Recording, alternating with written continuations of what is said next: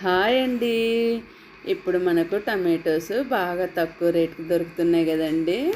అందుకనేసి ఈరోజు నేను టమాటో పికిల్ చేసేద్దామని రెడీ పచ్చడి ఉంటుంది కదండి, టమాటోస్తో చేద్దామనేసి ఈరోజు ఆఫ్టర్నూన్ లంచ్లోకి చేస్తున్నానండి. ఫస్ట్ టమాటోస్ను బాగా వాష్ చేసేసుకొని మనం వాటిని బాగా వాష్ చేసేసుకున్నాక కట్ చేసుకోవాలి. సన్నగా కట్ చేసుకుంటే తొందరగా మగ్గిపోతాయండి.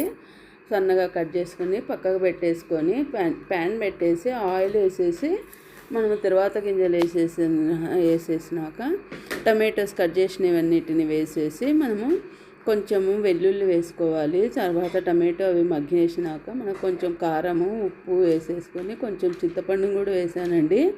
అన్నిటినీ కొంచెం బాగా మగ్గిపోయినాక ఫస్ట్ వెల్లుల్లిని అనేది జార్లో ఫస్ట్ వేసేసాను.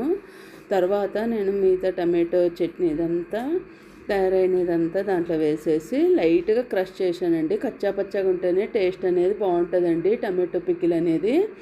తర్వాత ఆయిల్ వేసేసి కొంచెం శనగపప్పు ఒక్కటి వేసేసి వట్టిమిరపకాయను తుంచేసాను, ఇంగువ కూడా వేసేసి కొంచెం సేపు లైట్గా ఊరికే అలానే వేసేసి ఆఫ్ చేసే పొయ్యి అనేది.